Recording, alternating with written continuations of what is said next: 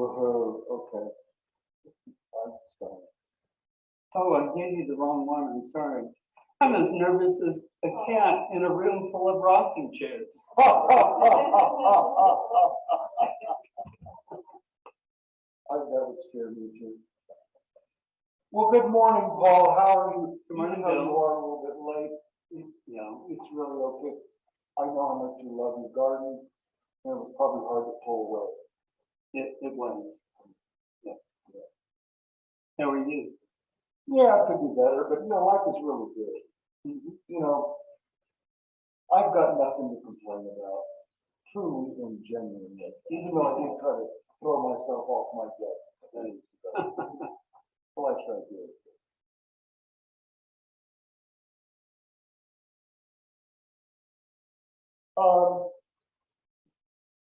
I was just looking around. I don't see Gypsy. Where is she? I was hoping she'd be here. No, she isn't here. She couldn't make it.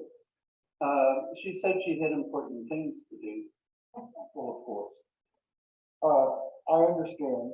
Um, can you tell us a little bit about these really important things that Gypsy is occupied doing? Well, let's let her tell you in her own words from one of her conversations. Well, okay, but I was wondering if you happen to have any good cat jokes. Well, maybe some cat sayings. What they say about cats are, if they're inside, they want outside. If they're outside, they want inside. When Gypsy scratches on the door and I open the door, she just sits there because she wants an invitation to come in. And then my mother used to send me lots of clippings. And some of my favorite were the man laying on the couch with the cat on his chest, and he says, "I could have conquered the world if it wasn't for you." And then the man standing over the cat next to the cat litter box, and he says, "You never think out of the box."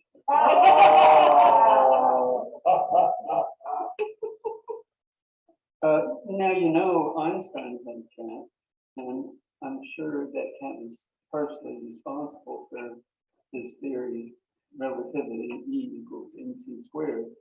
And I understand the cat regretted having collaborated with Einstein. It was hoping that it would be for peaceful reasons. Yes. Well, now, you were going to tell us a little bit about the really important work that Gypsy's doing right now and why she wasn't able to come and join us this morning, which I'm just still sad about. Yeah, I can understand. Yeah. Well, this is from our latest conversation, summer 2021. And do you mind reading her part? Yeah. Okay. I can't believe it's summertime and I'm already picking green beans. It just seems like yesterday that I started the spring garden and put the seeds in the ground. Well, time flies when you're having fun. I thought you didn't believe in time and that the only time we have is right now in this moment. Well, yes, I was just referring to your perception that time has gone by so quickly. There's a sense of timelessness when we're fully engaged in what we're doing in the moment. And in this state, time doesn't really seem to exist. And we just are. Well, I'm afraid I'm having trouble following you there, but I appreciate your wisdom. Humans, I mean, even yourself, tend to sense time because of the change of the seasons, of the change of things going around them, or in the daily rhythm of day and night. These are only astrological events that are taking place. Humans translate these events into a sense of time by dividing up these natural rhythms and natural events and into units that they refer as time, minutes and seconds and so on. However, in actuality, no time has actually elapsed. I'm afraid I'll just have to take your word for it. Yeah. I do understand that if we only have this very special moment in what we call time, then the past and the future don't exist. And if they don't exist, then neither does time either. Well, further, what you're perceiving is a change in the seasons from spring to summer. The earth has warmed up considerably now that our area of the earth is tilted toward the sun, and the days have become longer. Your garden is growing faster. If you were on the other side of the equator, it would be winter. Yes.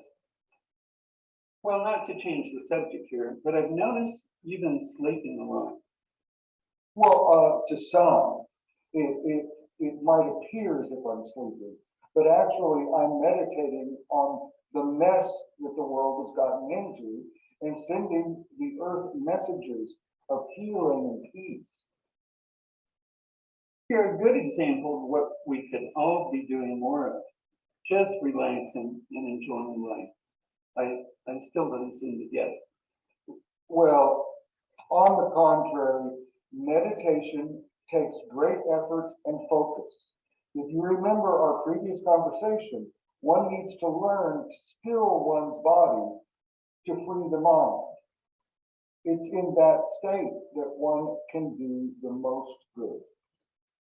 Yes, I understand what you mean, and I'm just amazed by your capacity to remain quiet and focused for great lengths of time. Oh, there I go again, interjecting the idea of time into our conversation. Well, I heard that. Well, yes, and humans seem to have the greatest trouble just being without feeling like they have to do something, and that somehow they're letting time slip by. I think that humans use the saying, make the most of your time. This suggests that if you aren't doing something, you're somehow missing out. Whereas just being suggests that we don't have to do anything at all other than being present in this moment. As the saying goes, don't just sit there, do nothing. Well, all this just seems to make my head spin. I noticed. It leaves me feeling dizzy. I will need some time to let it all sink in. I just can't seem to get away from that sense of time. What I'm hearing you say is that you need to sit with all of this and let it sort itself out. That is a worthy pursuit. No pun intended. Cats are not only doing our work when trucks, that is, oh, I lost my sense of time. Cats are not only doing our work when we are still, we are also conserving our energy. It is all this rushing around in cars and trucks that's warming the planet and causing great pain and suffering for all its inhabitants. Yes. Okay, I think I understand a little bit more about why Gypsy couldn't be here this morning. And from this conversation, I understand that Gypsy's part is, how can I say it? She plays a role of a mentor and advisor to you. And she's also an environmentalist. Absolutely. Yes, but perhaps I can digress a little bit. I was the third child, And perhaps one of the issues that I faced was not feeling like I could do things as well as my siblings could. So I gravitated toward trying to get help from someone else when I didn't feel confident in myself. Gypsy fills this role for me as an advisor and a mentor. I would also mention the book My Ishmael by Daniel Quinn, about a young girl who answers an ad from a gorilla. Have you all heard that book? The gorilla is looking for a student. Of course, at the time, she didn't know the teacher was a gorilla. It's a delightful story about self-discovery, and eventually she heads to Africa to meet with political leaders to try to get the gorilla back into their country. Okay. I'm wondering, though, if there's something different about this program we're having this morning. SSC. You mean like having a cat as a speaker? Is that what you're talking about? Well, no, I mean having a conversation instead of somebody standing up and talking to the group. This is an idea I had that I wanted to try out. Perhaps you've listened to Krista Tippett on Being on NPR. Okay. This is what I had in mind. What I've discovered in my conversations with Gypsy is that conversations have a way of taking on a life themselves, if you know what I mean. Well, I'm not really sure I do. Well, I've never been a very good writer, but when I sit down to write a conversation with Gypsy, some magic takes place. Magic? Can you say a little bit more about this? Very often the conversation takes over and I'm just a participant in something unfolding. One of our conversations took place when I was flying on an airplane to Seattle. Okay, but how can you have a conversation when you two are separated by thousands of miles? To understand this, you would need to know more about how we communicate with each other. So I would need to share a little more about what happened when Gypsy didn't come home. I'm listening.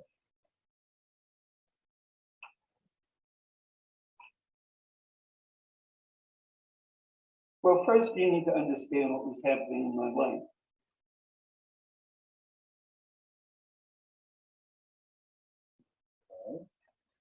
My fourth marriage was unraveling, and I was very lonely and depressed.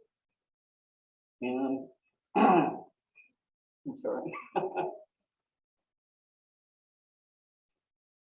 So this is when Gypsy came into my life. I understand. But where did you two meet? And was it love at first sight? Well, I was ordering a metal carport at a place on 441 South, and the owner had a little office there, and there was this cat sitting on the porch. Well, since I like cats, I decided to pet her, but when I put my hand down, she leaped up into my hand. Oh.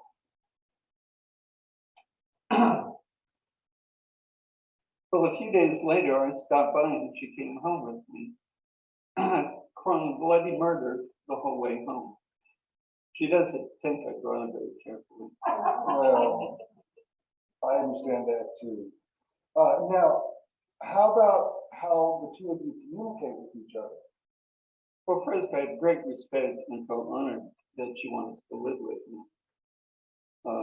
We have to realize that these animals are different species, and they're choosing to share their life with us. Well, I was living in a small trailer with Gypsy after my separation, and one day Gypsy didn't return home. In the morning, she would follow me to the garden and hang out with me, and then she would go across the creek on a log and visit my ex's cat, Shadasha. At the end of the day, I would go and find her, and we would come home together. However, that evening, I couldn't find her anywhere. I called and looked everywhere. I finally had to return home. I was very sad and upset. I finally just had to go to sleep. Well, obviously you did eventually find her, right? I spent most of the second day looking for her, looking everywhere several times with no luck. So I made up a song while I went around looking for her. Would you like to share this? I'll try.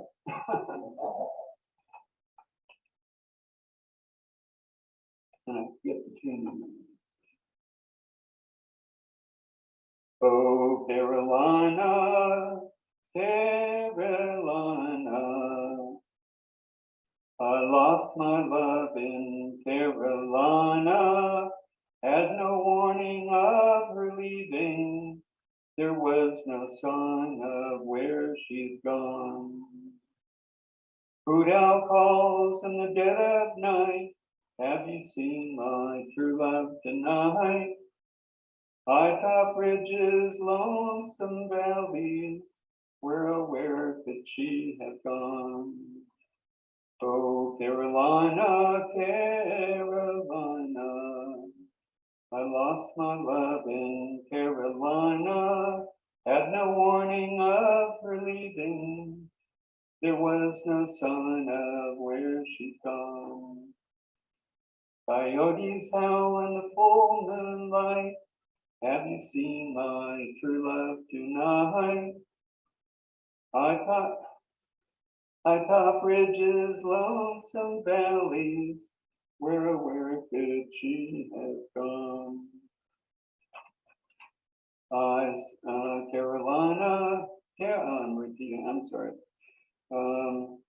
Saw my true love in every shadow, but when I turned, she disappeared. High top ridges, lonesome valleys, where could she have gone? And I'll skip the rest.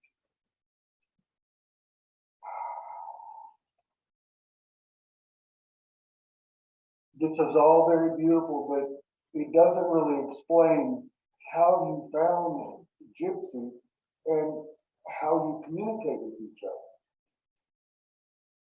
Well, let me finish the story now, but maybe it would be helpful to go to the conversation, lost and found, and let Gypsy help explain what happened. This is one of our earliest conversations. Me, I thought about what we talked about, and it reminded me of when I thought I lost you. You mean that when you couldn't find me? Yes, I was beside myself when you didn't return home that night. I had called and called, and I looked everywhere at least a dozen times, but I couldn't find you. But why didn't you listen to me? I was calling to you. You have such a quiet, small voice, though. You only have to listen with your mind. I might interject here that Gypsy only meows to get my attention. Me. Yes, I realize that now, and that's what I was getting to, and how it relates to what you talked about, napping and training your mind. Okay, go on. Well, the second night you didn't show up, I had almost given up hope. I always left the outside light on for you, and I almost turned it off, feeling that I would never see you again. Can't see in the dark. We don't need the light on. Leaving the light on was more of a symbol than out of need. I hesitated and then left it on. At this point, I had really almost given up that I would ever find her. I believed that she had been taken by a coyote or another predator. By turning out the porch light, I was saying to myself that I needed to accept that I had lost her. But something in me wouldn't allow this. I just couldn't give up hope. And that's when you found Gypsy? Well, first I had to learn how to communicate with her. Let's return to the conversation. Me. So I went to bed feeling very sad and lonely without you. I'm glad that you appreciate me and my company. Well, I woke up about 2 in the morning. I was laying in bed, and my mind was completely clear. No thoughts. And then the thought came to me,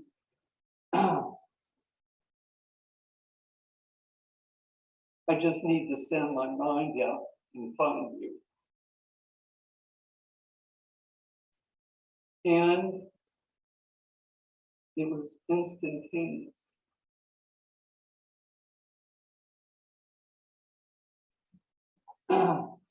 I knew exactly where you were.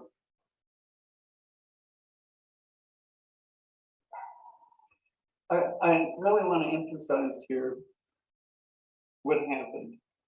I wasn't thinking about, well, where was Gypsy? Or where hadn't I lived? And the interesting thing is, I don't know where that thought came from. Okay, I understand how much you were missing her and how much you wanted to find her. Now back to the conversation. You mean you finally heard me calling you? Yes, exactly. But not in the way you would normally think someone was calling you. I just knew where you were. I was so ready for you to find me and for me to get back home. Well, I put on my pajamas, I got in my car, I drove down where I thought you were, and there you were. I just couldn't give up hope. And I waited patiently for you to come and to let me out. I was so thankful when I found you, and you were fine. We went back to home together, and I'm sorry, but you ate a little bit and had a drink of water, and we went back to bed. It was a really nice coming home, a homecoming. When I woke up in the morning, I had to make sure you were really there, and it wasn't a dream. Now I'm so happy we're back together again. Me too. And that you are beginning to realize the potential of using your mind and, of course, napping. I promise I will take a nap every day. I recommend several every day. Whenever the urge hits you. Okay. I'm touched. You really did miss me. Of course, you are the light of my life.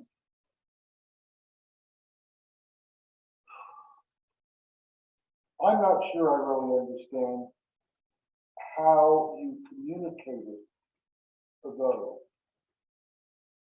Are you going to explain this? Well, you know, Native Americans believe that we shouldn't try to understand mystery. We need to accept that there are some things that we can't understand. Science today is trying to pry into this mystery that I don't think will find the answers. And I might mention both my friends who are scientists. Then maybe you can share how Gypsy might explain what happened. Well, then we'll need to go to another conversation that deals with matters of the heart. And I realize this is heavy stuff, and maybe we need to take a break. Perhaps I could read some poetry that I wrote about Gypsy. Okay, then, go right ahead. 2 Palm morning. I had a rough day yesterday, and she must have known, because she put both paws on my chin, just to let me know she cared. Morning, when I had rested and first opened my eyes, she is there with me. She presses her full weight of her body on mine, and her quiet purr vibrates through my chest. I know I'm loved. Shoes, is it the shoes? Were my last frantic antics as I prepared for the day. Gloves, scissors to harvest, water bottle, earplugs. I slip my feet silently into the black boots. She perks up and is on her feet ready to go. It never fails. that she knows the instant I'm ready to go outside in the world. Some things are mystery that we can't know. Leapfrog. On the way to my ex's, she plays leapfrog with me, running ahead and getting in front of me stepping to the side and around her. We repeat this most of the way to her house. But how does a cat know how to play leapfrog? By watching frogs, of course. And now you'll explain more about how you two communicate? Well, Gypsy can do a better job, I think. This is from the conversation. Homecoming. I've just returned from the trip to Seattle to visit my family. Paul, it's good to be back home. Next page. Oh, go ahead. More, home is where your heart is. Yes, I think this is where my heart is. In these woods, gardens, flowing waters, cries of birds, and much more. Including a cat who fills a very special place in my heart. Are you talking about me? Of course. Will I always be that special in your heart? Nothing can ever take that away. And that's an unusual question for a cat who doesn't believe in time, in the past or the future. That question was only asked to elicit a response as to the depth of feeling you have for me and what makes this place special to you. Some things are permanent and other things are less so. I accept that you will be here with me whether in your present state of being or that of some other creation around you. We don't have any particular cling to the atoms or molecules that make our being. They existed here before we came to being and will exist in some form later. Then what is the essence or qualities that you find in me or your surroundings that make them special and lasting to you? You're asking difficult questions, and I know that this is important. You're asking me what is unique about this place that differentiates it from somewhere else, at least for me. And why is home so important? Could I find it somewhere else if I left here? Or does it reside inside us? Yes, these are matters of the heart. I've heard that the heart is an organ that is central to our being, that it is through our heart that we make connections with things or people. Generally, we think that we make these connections through our brain and thinking. But I've heard that the heart is much faster, that it's a supercomputer compared to the slow mechanics of our brains. Yes, from an energetic standpoint, the heart responds more quickly and is able to communicate directly without words. You mean this is how I found you when you were lost through the heart? It was amazingly fast. In fact, it was instantaneous. You're right. This is how we reach out to each other. This is why I spend so much time napping. I'm reaching out to the world through my heart. For matters of the heart, there is no time or space, no past or future, only right now. Okay, now I'm beginning to understand the way you think and act. It's less about the way I think than how I choose to relate to the world. Thinking separates me from the world through a process of analyzing, planning, and so forth. Choosing to relate to the world through my heart is more about being or acting in the present.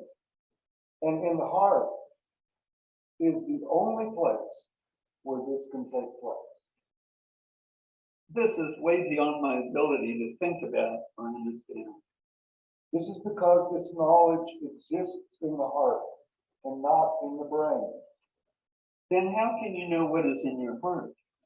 You have to listen into your feelings.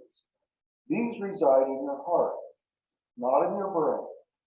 Your brain is trying to interpret them and assign meaning to them. Feelings are actually pretty simple.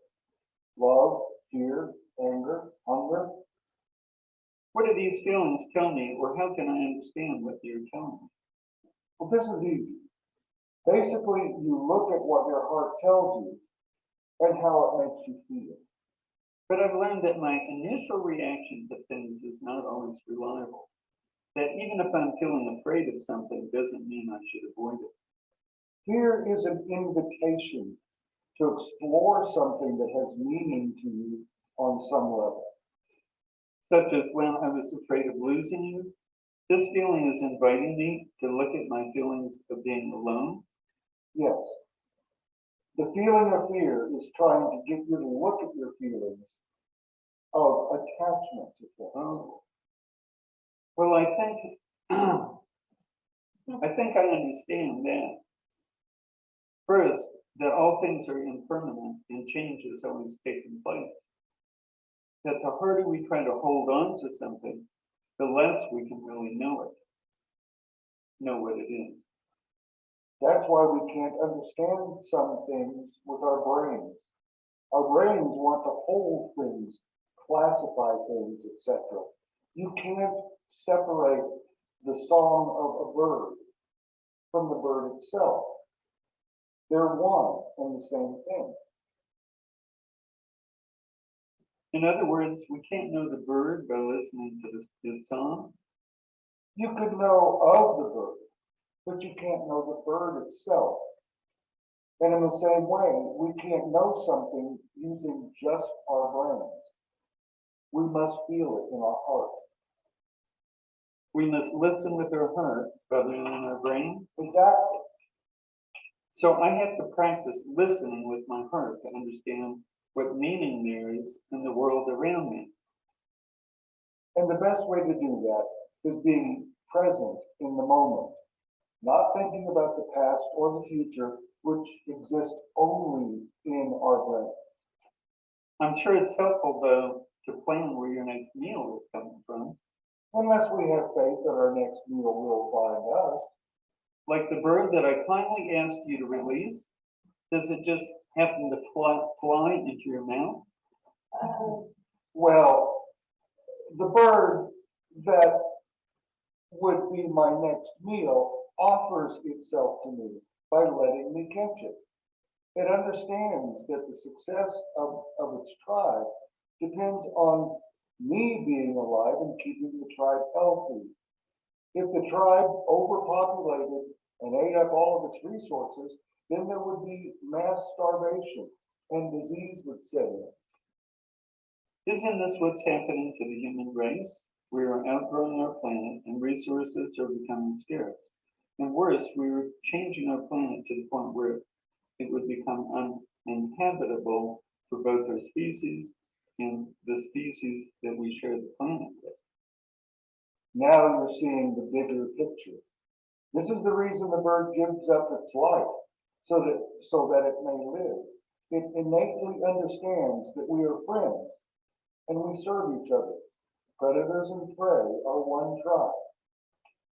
It seems like we have strayed from our original topic about matters of the heart. It's through understanding your heart that we see and know our place in the cosmos. Our brain would only try to separate predator and prey. This was an illusion created by our brain. Oh, that was you. Paul, so matters of the heart have to do with our relationships with each other and the world around us. I'm beginning to see this. We can communicate through words, yet those words are just interpretations of our feelings. To be open means looking deeply at our feelings and trusting those feelings to tell us how to act in the here and now. Couldn't have been better said. Thank you, and thank you for bringing all this to my attention. I will begin practicing this on a daily basis. I'm feeling that a little snack might be in order, a little dry food for you, and some cookies and milk for me. Welcome home. And you back in my life.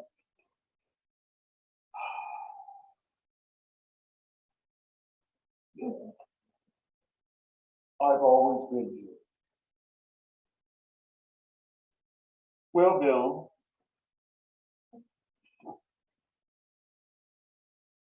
Oh, yeah. I'm okay. sorry, no, that's your part. Oh, I just changed persons.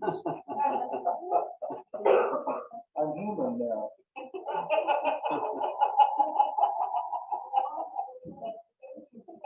I appreciate you sharing all of this with me, but I feel that we're out of time, so to speak. Are there other topics that you might want to share at a later date? We have 25 conversations to date, and we have just touched on a few. I think that one in particular might be of interest to your members, and that is On Becoming Human, that explores their relationship with other fellow travelers on the earth from a genetic standpoint. This is chimpanzees and bonobo monkeys. And of course, animal rights, where Gypsy asks if she is in my will, and what would happen to her if I died from eating too much junk food. Another is what it means to be spiritual, when Gypsy is trying to help me write something for a discussion group on what it means to be spiritual. Another deals with what we might describe as climate grief, how we deal with our feelings about our changing environment. Gypsy has some wise words to share with us. Then, of course, if you wanted to delve into politics, Gypsy could talk about her run for the presidential thing in 2020. Did you see her article in the Macon County News? Perhaps we could open it up to the group and see if they have any comments or suggestions or questions. I wonder if you saw the shirt that I had on this morning. I don't know if everybody can see it, read it. You want to read it for me? A catalyst for real change. Gypsy for president 2020. A person or thing that precipitates an event.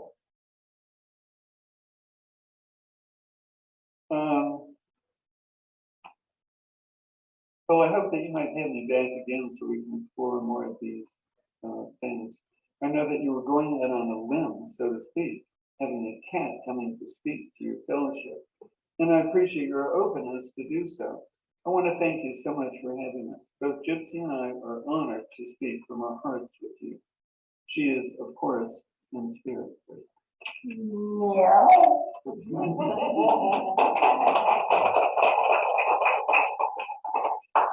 So any questions, comments? I've got to say something. This is just. When I first moved here,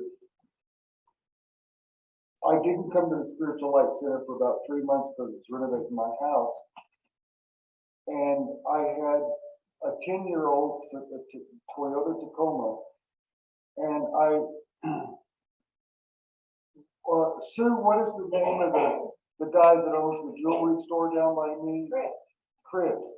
I stopped in and I was visiting that jewelry store, and it was really beautiful. I was talking to Chris and his wife, and I pulled out of the parking lot just as a little bitty Ford Fiesta or one of those little Focus or something came over the hill, and I knew, boom, that was it. We're going to get hit. And he plowed right into the side of my truck, knocked me back into the parking lot. And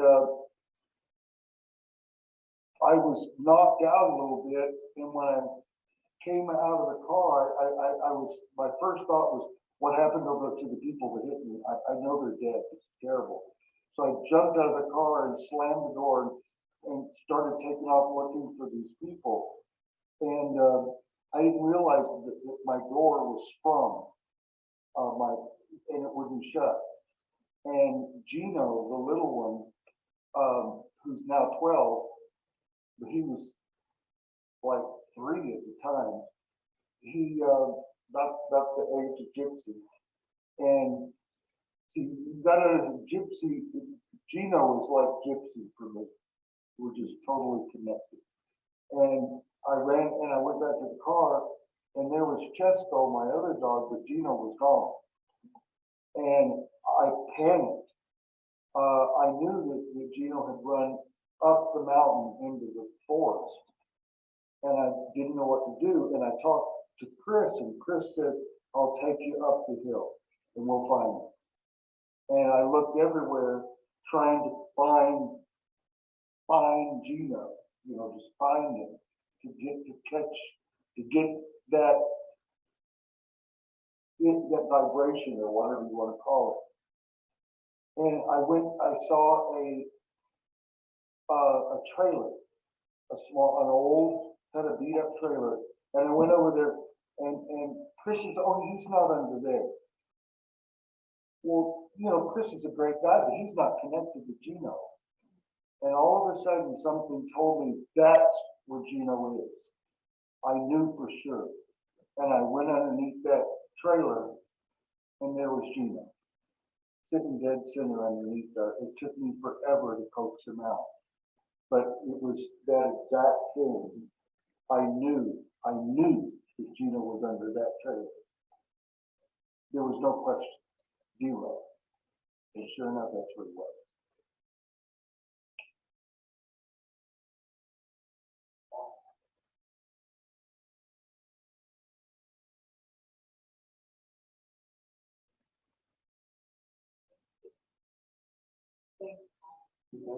Thank you. I hope this had some meaning for you, maybe, and to think about these issues about time and how we communicate. I've learned so much from Gypsy as far as relationships and respect, for somebody else that we can't. One more thing. They did a little scientific study, and they asked people what they liked better, the animal they lived with, or their significant other. That question. What was the result of that study? Which do you think they picked? The animal. It's gotta be. Yes, but I'm very lucky. Gypsy is my significant other, as well as the animal that I share my life with. So she wins both ways. She gets the ring on her paw. Yeah. That's like Gino. He's definitely my significant other.